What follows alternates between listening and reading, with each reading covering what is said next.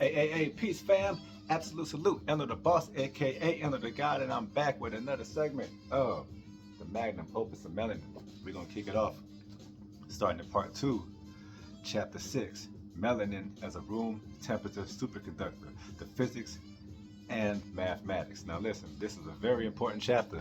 This is the chapter that you really need to digest, that I really need to digest as well.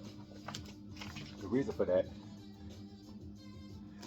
is because I saw something on YouTube and the white folks is running an anti-quantum campaign, meaning they're trying to make people that use the word quantum, which means that quantum probably means more than just quality and, light speed. I'm pretty sure it's heavily connected to melanin. I mean, the Quran black is spelled with a Q. I'm just going with that. But I really peeped this. So we need to understand this because there's a lot of people that's going to be regurgitating this information, but they're not going to be able to break it down like this. So if you don't hear this subject broken down like this, they're full of shit. You know what I'm saying? We don't believe you, baby. We don't believe you. We need more people. You feel me? So, real talk. Anyway, the holy grail of physics, room temperature superconductivity. Superconductivity is one of the most profound and mysterious phenomena in all of physics. First discovered in 1911 by Heike Kamerlingh Onnes, it is the ability of certain materials to conduct electricity with absolutely zero resistance. This is not just low resistance, it is zero. An electrical current flowing in a closed loop of a superconductor will, in theory, flow forever without any loss of energy, immortality.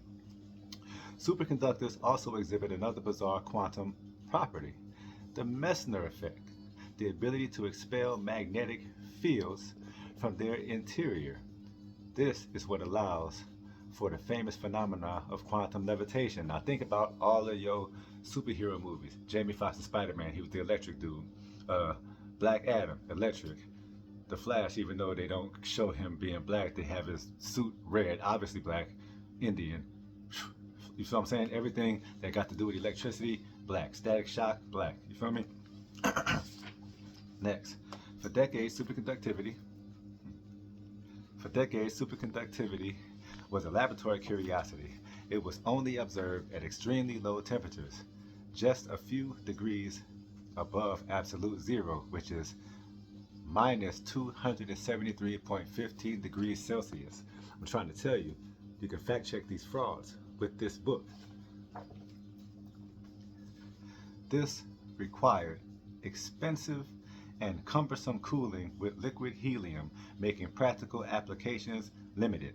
The discovery of so-called high-temperature superconductors in the 80s, born in 1981, which could operate at the temperature of liquid nitrogen, which is minus 196 degrees Celsius, was a major breakthrough. But the holy grail of physics has always been to find a material that could superconduct at room temperature. Such a material would revolutionize everything: lossless power grids, ultra-fast quantum computers, powerful magnets for levitating trains, and medical imaging and technologies we cannot even imagine yet. Think China. Think China. Now, go watch some YouTube shit about China with their whole city. The trains and shit is all in the air. You feel me? Shit is completely different. And then now we can see where a lot of them kidnapped little brothers and sisters is going and being funneled to. You feel me? It's bigger than a bottle of melatonin. You feel me? Mainstream physics has searched for this material in exotic ceramic crystals and my bad, y'all. Mainstream physics has searched for this material in exotic ceramic crystals and metallic hybrids under immense pressures. They have been looking in the wrong place. The Holy Grail is not in a crystal. It is within you. The ultimate room temperature superconductor is melanin. The evidence: melanin's electrical switching and the Josephson effect. The proposal that melanin could be a biological superconductor is not new. It was first seriously investigated by Dr. Frank Barr in the 1970s. His research and the work of others who followed uncovered a key piece of evidence: the phenomena of electrical switching. When a sample of melanin is subjected to an electrical voltage, it initially behaves as an insulator, resisting the flow of current. However, when the voltage reaches a specific threshold, typically around 0.5 through 1.0 volts, the melanin abruptly switches its state and becomes a highly efficient conductor, allowing current to flow with very little resistance. When the voltage is removed, it switches back to its insulating state. This is not the behavior of a normal semiconductor, my bad. This is not the behavior of a normal semiconductor. This is the signature of a Josephson junction. A Josephson junction is a quantum mechanical device consisting of two superconductors separated by a thin insulating barrier. According to the principles of quantum mechanics, the electron pairs, Cooper pairs, responsible for superconductivity can tunnel through this insulating barrier without any resistance, creating a supercurrent. The maximum amount of current that can flow is called the electrical current, IC. The relationship between the current I and the phase difference, I'm going to show you this because I forgot how, delta pi. They talk in equations. It's delta pi. Can y'all see that? See that right there? That's delta pi. It's really talking that talk. Across the junction is given by the first Josephson equation. I equals IC sin delta phi. This equation, and here you go, so you can see that I'm not just jibber-jabbing. Right there.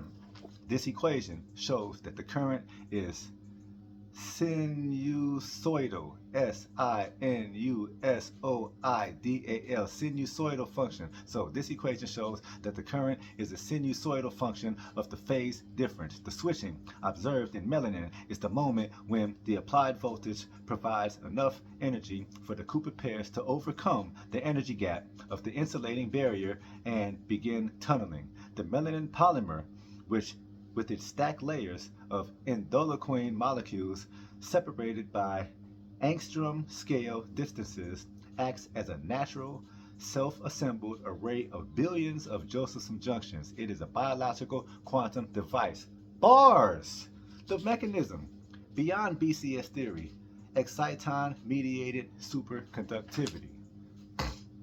The standard theory of superconductivity, the Breeden-Cooper-Schrieffer BCS theory, explains the phenomena in terms of electrons forming pairs, Cooper pairs, that are bound together by interactions with the crystal lattice vibrations, photons. This photon-mediated pairing works well for conventional low-temperature superconductors. However, it is insufficient to explain superconductivity in a soft, amorphous biological polymer like melanin at room temperature.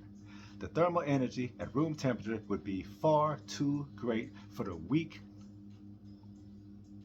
phonon interactions to hold the Cooper pairs together. A more plausible mechanism for melanin superconductivity is exciton-mediated pairing. An exciton is a bound state of an electron and an electron hole, the absence of an electron in a superconductor. Melanin is a photoconductor, meaning it is exceptionally good at absorbing photons, light, and using that energy to create excitons. The hypothesis is that these excitons, rather than photons, provide the glue that binds the electrons into Cooper pairs. Because excitons are electronic in nature, the energy scale of their interactions is much higher than that of photons, making it possible for the pairing to survive the thermal fluctuations of room temperature. In this model, a passing electron excites the melanin polymer, creating an exciton. This exciton creates a region of positive charge, the hole, that attracts another electron, creating a Cooper pair. This process can be described by a modified version of the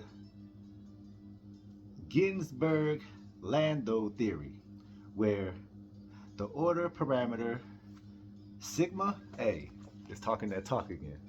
This right here. where the order parameter sigma representing, that's probably not sigma, representing the density of Cooper pairs is coupled not to the lattice, but to the excitonic field. The implications, and I ain't gonna lie, I might read the whole chapter. Shit, 10 minutes. One more subchapter, and that's it, for real, for real. The implications, the physics is of non-debatable abilities. The confirmation of melanin as a room temperature superconductor is not just a scientific curiosity. It is the key that unlocks the physics of what have been called paranormal abilities. These are not violations of physical law. They are the direct technological consequences of having a biological superconducting system. Telekinesis as a modulated Messner effect. The Messner effect is the expulsion of magnetic fields by a superconductor. A body in a fully superconducting state would generate a powerful, coherent biomagnetic field. Telekinesis, the ability to move objects with the mind, can be understood as the ability to consciously modulate the shape and intensity of this field. By focusing intention, one can create a gradient in the biomagnetic field that can induce eddy currents in metallic objects or interact with the paramagnetic properties of water and biological objects, creating a repulsive or attractive force. The force F would be proportional to the gradient of the magnetic field B generated by the body's superconducting currents. So that would be F infinity sign down delta B squared. I gotta show you this, man. See that right there? See that right there? Right there. B squared. This is not magic. It is applied quantum engineering. Immortality and flawless regeneration. Man, look, that's for next time. Peace, fam. Absolute salute. Let it soak in. Tell a friend, and let's get it.